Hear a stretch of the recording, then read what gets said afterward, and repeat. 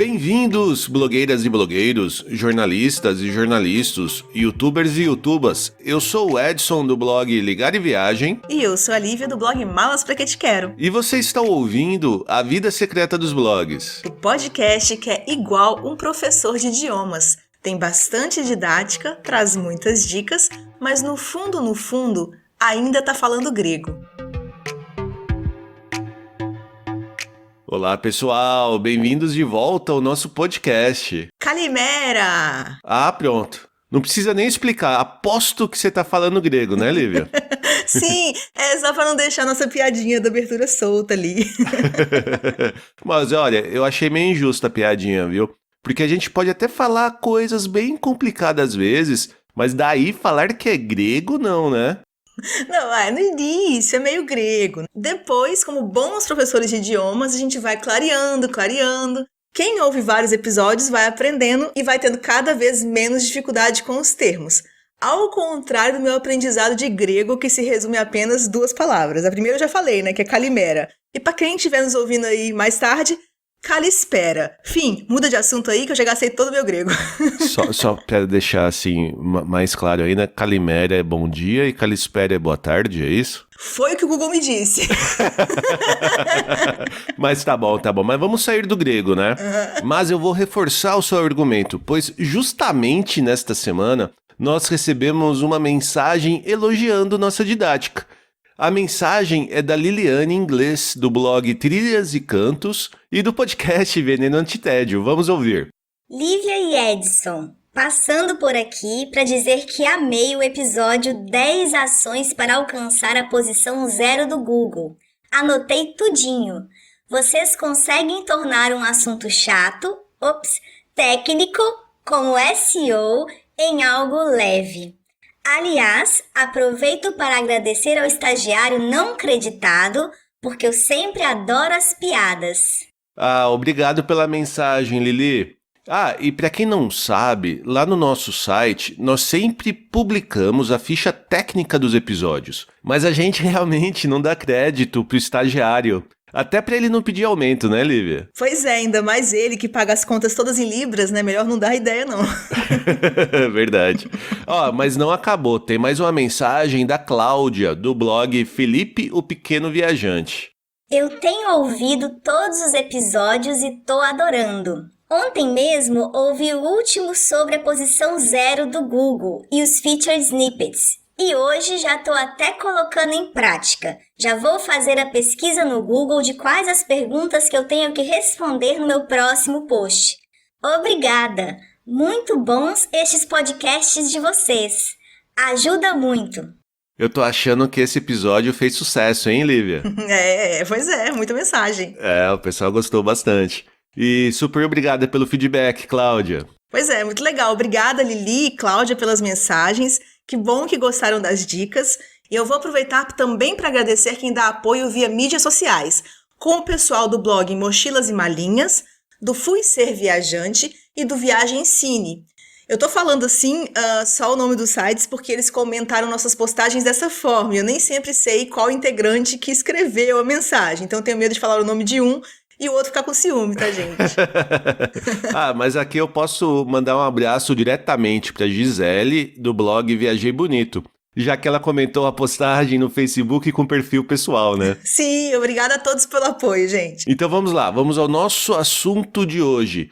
Tag Manager. Pois é, esse é um assunto que é muito pedido, tá? Eu vou inclusive dedicar ele à Luciana, do blog Roma Pra Você, e a Rebeca, do Vamos Comigo, que sugeriram esse tema meses atrás e foram bem pacientes. Então agora eu espero que estejam ouvindo. Maravilha. Mas eu imagino que tem gente nos ouvindo que, ao contrário da Luciana e da Rebeca, nem sabe o que é Tag Manager. É uma confusão até comum achar que ele faz a mesma coisa que o Analytics, ou seria até uma opção a ele. Tá errado isso, né, Lívia? Sim, tá errado, né? Essas, no caso, são ferramentas bem diferentes. Porém, como elas atuam visando objetivos parecidos, eu entendo porque algumas pessoas confundem as duas. No geral, nós utilizamos o Analytics e o Tag Manager simultaneamente. Por isso, podemos dizer que eles são complementares, mas nunca concorrentes. Como nós já explicamos no nosso episódio número 19 sobre o novo Google Analytics, esta ferramenta nos apresenta vários relatórios sobre os visitantes do site e sua movimentação pelas páginas. Para que isso seja possível, é necessário inserir um código de rastreio no HTML do site. Toda vez que uma interação ocorre dentro das suas páginas, este código JavaScript envia essa informação para o Analytics. Já o Tag Manager é literalmente um container de códigos, que permite uma agilidade maior de inserção de códigos de rastreio e tags de eventos no site. Porém, ele não substitui o Google Analytics, pois ele não é uma plataforma que exibe relatórios ou permite análise de dados. Ou seja, um site que usa Tag Manager precisa do Analytics para conseguir enxergar melhor os dados gerados pelo primeiro. Ah, legal. Mas explica isso melhor. Mais especificamente sobre o Tag Manager. Qual que é a função dele? Em que ele seria útil no meu site? Bem, acho que para entender o que é o Tag Manager, é necessário saber o que são os chamados eventos e tags. O Analytics, como a maioria dos ouvintes já sabe, nos dá alguns dados já padronizados, como número de visualizações de página, taxa de rejeição, duração da sessão, etc. Porém, muitas vezes, para atingir certos objetivos financeiros ou estratégicos de um site, é necessário entender melhor qual o comportamento da audiência dentro dele. Então, pode ser que você queira saber qual página dentro do site converte mais venda de um produto afiliado, por exemplo, ou qual página está levando a maioria dos visitantes para a página de venda do seu e-book, ou mesmo em que ponto do site as pessoas desistem da leitura ou da compra. Um método muito usado para mensurar esses comportamentos são os eventos, que utilizam algo chamado de tag de evento. Cadastrar um evento no Google Analytics consiste em escolher uma interação, que pode ser um clique, uma rolagem de página, o play em um vídeo, por exemplo, que vai ser contabilizada para fins de análise. Ou seja, para mensurar a eficácia de um call to action, por exemplo, você pode configurar um evento que vai registrar os cliques que tal botão vai receber. E você pode usar isso para mensurar resultados entre páginas diferentes ou mesmo comparar elementos dentro de uma mesma página. Para que o Analytics reconheça e registre tais eventos, é necessário que pedaços de códigos correspondentes a cada um deles estejam de alguma forma inseridos no site. Existem também outras formas de mensuração de resultados ou troca de dados que passam por plataformas externas ao seu site, como o Google Ads ou o Facebook, por exemplo. Neste caso, nós costumamos chamar os códigos que servem a este fim de tags ou pixels de conversão. Antes do advento do Tag Manager, todos esses códigos que eu citei precisavam ser inseridos individualmente no site. Na maioria das vezes, um processo bem manual. O Tag Manager veio para ajudar a organizar melhor e simplificar essa tarefa. Ele é uma ferramenta gratuita do Google que auxilia nessa configuração de eventos, tags ou pixels dentro de um website ou aplicativo. Tá, mas já que você até falou que ele simplifica essa tarefa, eu acho que cabe aqui perguntar quais são as vantagens de utilizar o Tag Manager e não colocar um código diretamente no nosso site. Então, acho que já ficou claro o quanto os tais eventos e tags nos ajudam, por exemplo, para conseguir informações sobre a nossa audiência, sua procedência e como ela se move dentro do seu site, desde a página de destino, por onde o visitante entrou, até a página de saída ou a conversão. Ok que o Tag Manager não criou essas possibilidades, mas ele simplifica bastante sim. Primeiro, porque a interface dele é bem mais intuitiva e amigável que a do Analytics para isso. Nela, é inclusive possível testar as tags à medida que são adicionadas.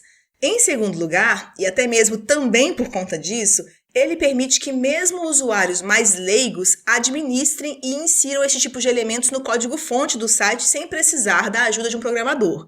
Isso não só dá mais liberdade ao dono do site, como barateia bem o custo dessa empreitada.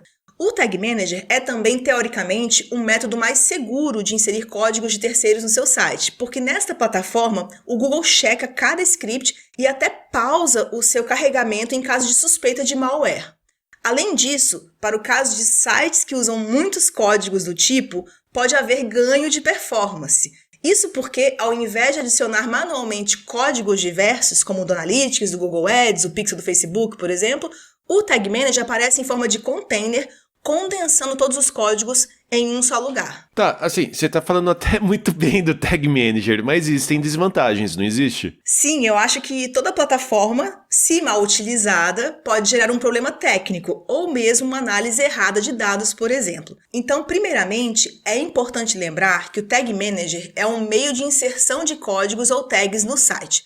Por isso, antes de migrar sua atuação para essa ferramenta, vale verificar quais códigos já estão manualmente inseridos em seu site para não haver perda ou duplicidade ao inseri-los via Tag Manager. Muitos sites não terão muitas tags a migrar, mas vale lembrar dessa conferência. Outra coisa importante também é ter clareza de que ao cadastrar certos eventos no Tag Manager, você pode alterar a maneira como o Analytics exibe certas informações.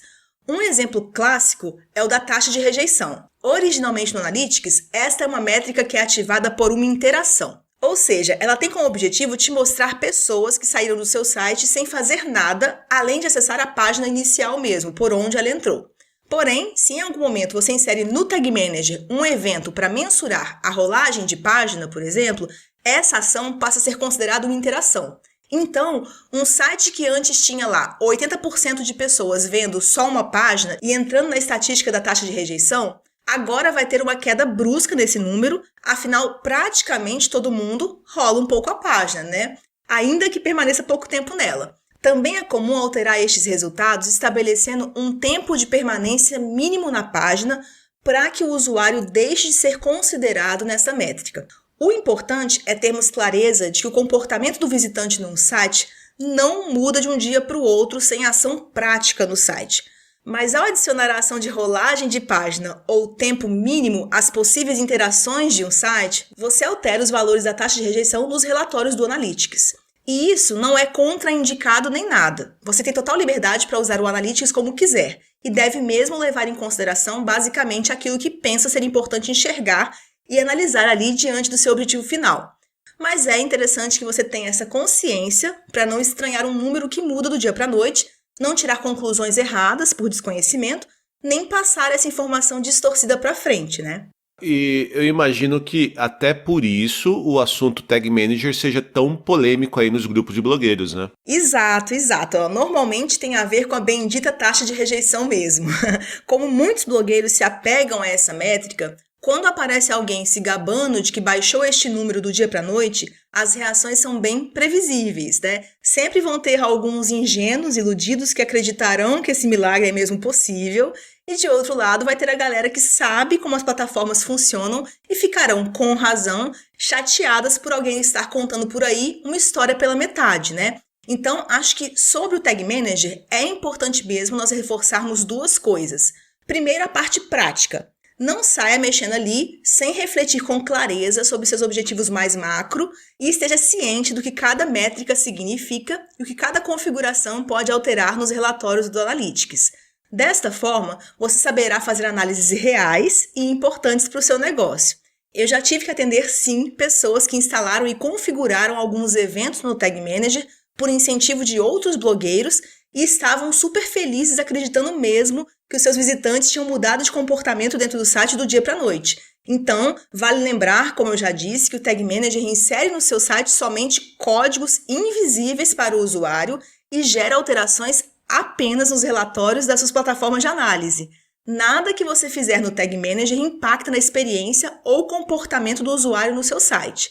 E em segundo lugar, a gente tem o dever também de insistir na questão ética. Você pode mudar à vontade, por exemplo, a forma de mensuração da sua taxa de rejeição. Se para o seu objetivo é mesmo mais importante saber quem saiu do seu site por outro motivo que não a falta de interação ou sem rolagem de página, use à vontade a ferramenta para ter acesso a esses dados. Mas você não pode sair por aí dizendo que o seu site tem taxa de rejeição 0,55%, enquanto a maioria dos blogs tem taxas acima de 70%, 80%, né? Você sabe que o Analytics, o mercado, os blogueiros, todo mundo, está se referindo a uma métrica que não considera um tempo mínimo a rolagem de página ou outra interação customizada. Então você não pode dizer que seus usuários se comportam diferente do padrão. É você que analisa o mesmo comportamento de outra forma, mas isso é uma escolha sua que deve ser tratada no âmbito interno do seu site. divulgar em fóruns públicos ou apresentar para potenciais parceiros números maquiados pelo Tag Manager nas métricas que o mercado usa como padrão é sim desleal e antiético. E até aproveitando que você está comentando sobre usabilidade, geração de relatórios e divulgação de números, você acha que o Tag Manager é para todo blogueiro? Todo mundo deveria ter, assim como é obrigatório, né? Entre aspas, obrigatório para quem quer sobreviver nesse mundo da blogosfera, ter o Analytics e o Search Console, esse tipo de coisa? Então, eu acho que vocês ouvintes já me conhecem o suficiente para saber que eu tenho uma birra, talvez seja a palavra, da gente falar que alguma coisa é necessária, obrigatória, todo mundo tem que ter. Eu acho isso meio papo de quem quer vender serviço, produto, infoproduto, coisa assim, né? Então eu não acho que nada é obrigatório. Especialmente porque o Tag Manager, ele vai te gastar um tempo de instalação e ele só vai ser útil para você se você tiver tempo de depois analisar o que ele te entrega como dado. Então, eu acho ele muito legal. Eu acho que quem tiver tempo para analisar e souber daí fazer ações no site por conta do que analisou, pode ter um ganho muito grande, especialmente se quer vender bastante no site. Se tem coisas a vender, produto, infoproduto, afiliados que seja, né? Enfim, quer realmente ter uma renda ali, tem esse tempo para dedicar. Eu acho muito útil, eu acho que realmente se você tem esse tempo, você trabalhar sem o Tag Manager né? Você perde muita oportunidade em relação a trabalhando com o Tag Manager. Então, para quem tem o tempo e talvez a noção, a expertise de entender o que ele te entrega, para transformar isso em ação depois, não tem nem comparação o tanto de coisa que o Tag Manager te mostra e te ajuda também, as possibilidades que ele te dá para você inserir coisas novas sem depender de um programador, como eu disse e tal, são realmente muito interessantes e infinitas. Por outro lado, a gente tem uma maioria de blogueiros que trabalha sozinha, que não tem tempo mal para fazer seus posts, mal para fazer o SEO dos posts, né? Corre atrás de tudo que a gente fala aqui nesse podcast, assim, né? Atrasado, tá correndo atrás de tentar colocar o blog bonitinho. Eu acho que o Tag Manager é um supérfluo nesse sentido, porque a pessoa realmente vai ter que gastar um tempo com isso e pode ser que ela nunca tenha um tempo de parar e analisar estratégias, né, de conversão no blog e tal. Então, assim, é muito inteligente, é muito usá-lo, né, é muito útil, mas eu não posso dizer que as pessoas não podem criar um blog e ficar falando por aí esse papo de marqueteiro por aí, que sim, você está perdendo dinheiro, você tem que fazer. Se a pessoa não tem tempo de entrar no site dela semanalmente e olhar o Analytics, pra que ela vai gastar tempo colocando mais uma coisa que vai dar mais dados para ela não analisar no futuro? Mas, então é só isso, quero deixar claro, assim, que eu acho que você pode muito bem, os primeiros passos do seu blog, enquanto você tá sozinha, ainda enchendo ele de conteúdo, testando algumas coisas, você pode começar, né, como todo mundo, né, só usando Analytics mesmo. E quando você achar que realmente vai ter tempo de fazer isso, tempo de analisar depois os dados e tal, é um bom momento de você começar a investir no Tag Manager. Mas, realmente, assim, mesmo assim, né, temos um monte de blogueiro que não usa e não é por isso que a gente não converte, né. Mas, tendo o tempo, realmente, ele pode, é como se ele acrescentasse informações e acrescentasse o potencial de você realmente converter. Tá, legal. E para quem se animou, então, a experimentar o Tag Manager, como que seria o passo a passo básico de configuração dele? Olha, basicamente é necessário acessar o site da plataforma e fazer login com uma conta Google. Em seguida, você precisa adicionar o tal container do Tag Manager no código-fonte do seu site ou aplicativo. A adição de tags e eventos pode ser feita a qualquer momento no site da plataforma e depende mesmo de ir aprendendo os termos e testando. Nós vamos deixar na página desse episódio no nosso site alguns links com os tutoriais oficiais e outras dicas. Ah, e só aproveitando que nós já tivemos um episódio sobre o novo Google Analytics, você saberia dizer se é fácil usar o Tag Manager nessa nova ferramenta? Sim, na verdade eu considero até um pouco mais fácil que no Analytics antigo. São menos passos para a configuração inicial e eu acho a interface dessas duas plataformas mais semelhante também. Então, o usuário se familiariza melhor, na minha opinião. Então, na página desse episódio, a gente vai deixar um link específico também sobre o passo a passo da instalação no Google Analytics for Property também.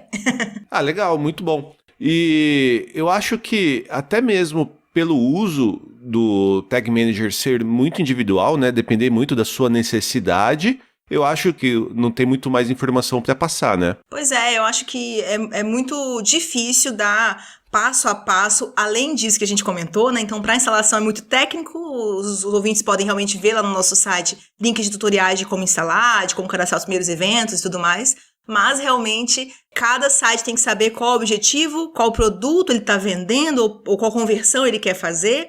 E aí fazer testes e erros e volta e faz de novo e tal, para isso ir funcionando. Então é uma coisa muito abstrata, se a gente vier trazer exemplos aqui, e muito realmente técnica, tem muito botãozinho e muito códigozinho para escrever e para inserir ali.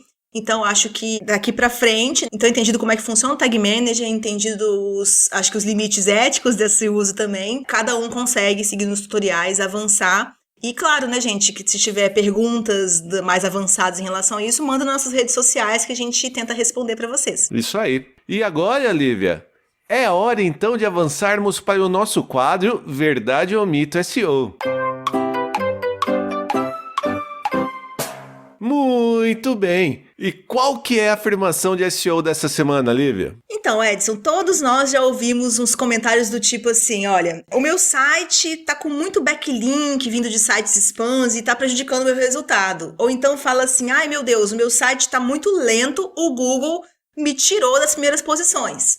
E aí vem a minha afirmação de hoje. Se alguém fala assim, olha, se eu perdi posições no Google sem motivo aparente e sem aviso, provavelmente fui penalizado. E aí, isso acontece mesmo? A gente pode ser penalizado pelo Google? É verdade ou mito? Tempo!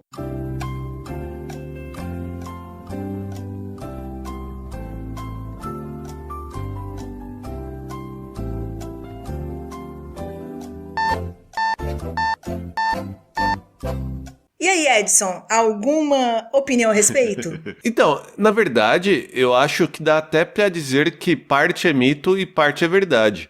Porque, assim, a gente pode ser, sim, penalizado pelo Google por algo que a gente faça, mas não quer dizer que se você perdeu posição no Google é porque você foi penalizado. Você pode ter perdido posição no Google porque os seus concorrentes melhoraram, por exemplo. Não, realmente isso pode acontecer. Eu quero só deixar aqui registrado nesse podcast o tanto que o Edson é em cima do muro. Ele fala sempre que as coisas pode ser, pode não ser. Mas é verdade, deve ser o que 80% disso eu sempre falo que parte é verdade e parte é mentira. Exatamente, porque aí, se eu falar que qualquer coisa, você fala acertei pela metade só. É que a gente sempre diz que informática, né, computação não é uma ciência exata. Não é mesmo. Tudo depende do dia, do tempo, da pessoa. Isso. Exatamente, se o 0 tá de bom humor, se o 1 tá de mau humor. Mas voltando, óbvio que eu tô brincando contigo, mas pra essa nossa afirmação, fui penalizado da noite para o dia, e sem aviso e sem nada, ela é falsa, é um mito, tá? E eu vou explicar um pouco melhor, porque isso é super, super comum, essa é uma dúvida muito comum. Porque eu ouço tanta história engraçada de pessoas, né, em suas suposições sobre o que as fez perder posições no Google que você nem imagina. E assim, eu tô rindo aqui com você, mas no geral eu não acho engraçado não, eu fico com pena mesmo, porque o excesso de notícias da nossa área gera muita confusão na cabeça dos blogueiros. E é mesmo um estresse imaginar que o Google está aí o tempo todo perseguindo os donos de sites, sem motivos e sem piedade, né? Mas, gente, infelizmente, a palavra penalidade foi banalizada no nosso meio, porque a coisa que mais interfere nos resultados altos e baixos de acessos de todos os sites é o algoritmo, assim, né, disparado. Todos os meses, muitas pessoas me procuram jurando que algo de muito errado aconteceu no site e tiveram uma penalização ou problema técnico. Mas a cada 10 que me procuram, 8 tiveram queda ou as quedas, né, justamente na data de uma ou mais mudanças de algoritmo. Claro que ninguém quer ter queda. Podemos aqui, então, reclamar do algoritmo e tudo mais. Mas o algoritmo não penaliza, ele não age individualmente contra um site ou outro. Quando ele é atualizado, por exemplo, ele passa a processar os dados de certa forma e, às vezes, naquele momento, esta forma não é vantajosa para o seu site. E também, da mesma forma que ele muda e seu resultado piora, lá na frente ele muda e seu resultado melhora.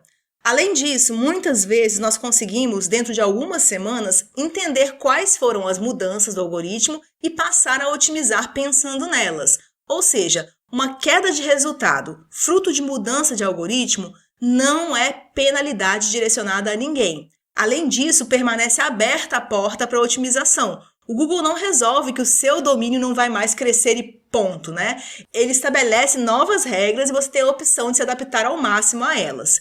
E fica a dica, para quem quiser entender melhor como funciona isso, de ouvir o nosso episódio número 7, chamado Eu Mesmo e o Algoritmo. Outro motivo comum, tá, Edson, de sites que desaparecem do Google, ele é técnico. Os arquivos do site podem estar erroneamente bloqueando acessos do Google. não permitindo, né, a indexação, por exemplo, né? Pode haver também algum problema com canônicas. Pode ter acontecido alguma questão durante uma migração que ocasiona erros 404 ou de redirecionamento. Tem até casos de gente que deleta sem querer o código analytics do site e passa a não ver mais acessos, acha que é o Google, né? Enfim, é bem comum essas questões misteriosas terem uma resposta bem simples quando se analisa tecnicamente. E aí, por fim, vem a minha explicação sobre o tal mito da penalidade. Mesmo com tudo que eu falei, vai ter gente dizendo que já fez de tudo e o resultado não melhora. E por isso, a única explicação na cabeça dessas pessoas seria uma penalização direcionada ao seu site sem motivo e sem aviso. Acontece que o Google não age dessa forma. Primeiro, porque todas as penalizações que ele aplica são manuais. Isso significa que elas acontecem a partir de uma análise de um funcionário do Google que precisa ter tido o trabalho de ir até o seu site para conferir alguma suspeita.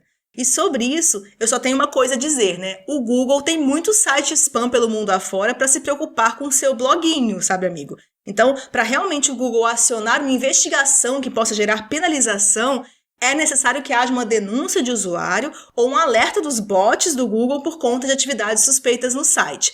Isso é extremamente raro de acontecer com blogs ou sites pequenos. Em segundo lugar, quando uma penalização específica é aplicada ao seu site, você recebe um aviso via Search Console e via e-mail. E o Google ainda te dá um prazo para resolvê-lo. Então, em toda a minha carreira, eu só vi isso acontecer no Search Console de um único cliente meu. E ele havia, sim, feito muita coisa errada e proibida pelo Google no passado. Mas ainda assim, ele conseguiu reverter essas ações no prazo estipulado e nada aconteceu com o site dele. Enfim, se alguém que está ouvindo ainda tem alguma dúvida se seu site já recebeu alguma penalidade do Google, acesse o seu Search Console, procure no menu esquerdo a aba Segurança e Ações Manuais e em seguida selecione Ações Manuais. Se nada aparece ali, é porque o seu site nunca foi penalizado. A gente tem que se conformar, sabe, com a mudança de rumo das empresas como o Google e do mercado. Nem tudo que nos prejudica é direcionado a gente e é irreversível, né? Vamos parar de espalhar desinformação. Penalidade do Google, só manual e devidamente sinalizada no Search Console, ok?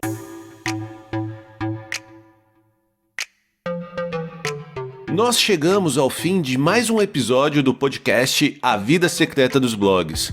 Como sempre, nós vamos deixar na página deste episódio, lá no nosso site, alguns links úteis que foram citados ou podem te ajudar a aplicar as dicas que demos nesta conversa. Então, acessem avidasecretadosblogs.com.br para encontrar todas essas informações. E para participar do nosso papo com dúvidas e sugestões de outros assuntos, basta mandar mensagem para a gente através do Twitter, Instagram, Facebook ou nosso e-mail pergunte@avidasecretadosblogs.com.br. E compartilhe este episódio com seus amigos interessados neste nosso bate-papo.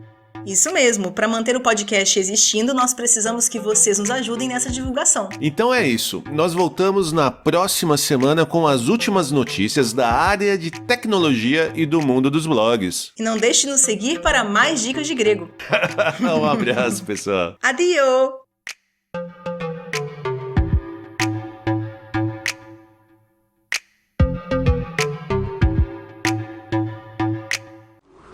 Free your mind.